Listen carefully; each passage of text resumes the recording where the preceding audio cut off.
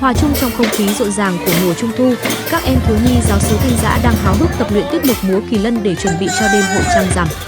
Dưới sự hướng dẫn tận tình của các anh chị huynh trưởng, đội kỳ lân nhỏ tuổi chăm chỉ tập từng động tác, nhịp trống, bước nhảy để mang đến phần trình diễn thật sinh động và ý nghĩa. Tiếng trống kỳ lân vang lên không chỉ là âm thanh của niềm vui mà còn thể hiện tinh thần đoàn kết, lòng nhiệt huyết và niềm tự hào của các em khi được góp phần làm nên bầu không khí vui tươi cho ngày Tết Trung thu của giáo xứ.